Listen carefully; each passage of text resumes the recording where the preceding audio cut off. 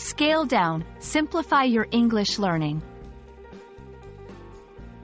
Hello, everyone. Welcome back to our channel, where we break down English phrases to make your learning journey easier. Today, we're looking at the phrase, scale down.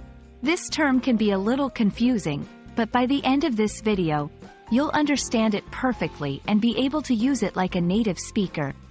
So, let's dive in. The phrase, scale down, has a very visual origin. Picture a scale, which you can adjust to be larger or smaller. When you scale something down, you are effectively reducing its size, amount, or extent. It's a versatile phrase that can be used in various contexts, from business to everyday life. In business, in a business context, scale down might refer to reducing the size of an operation to save money or adjust to market demand. For example, a company might scale down production if they are selling less of a product than anticipated.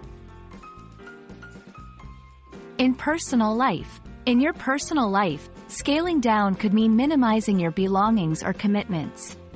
You might hear someone say they're scaling down their wardrobe, which means they're getting rid of clothes they no longer wear. In events, scale down can also refer to making events smaller. This could be due to budget cuts, space restrictions, or a desire for a more intimate setting. Now let's see how scale down can be used in sentences. Due to budget constraints, we need to scale down the team's off-site meeting.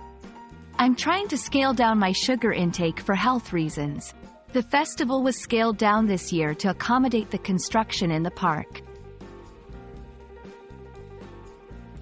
Be careful not to confuse scale down with scale up, which means the opposite, to increase in size or amount.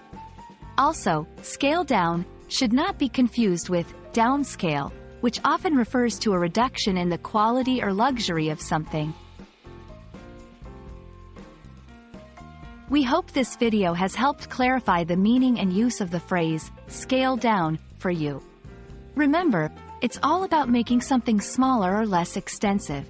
Try using it in your conversations this week.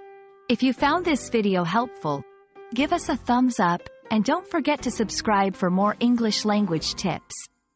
Happy learning, and see you in the next video.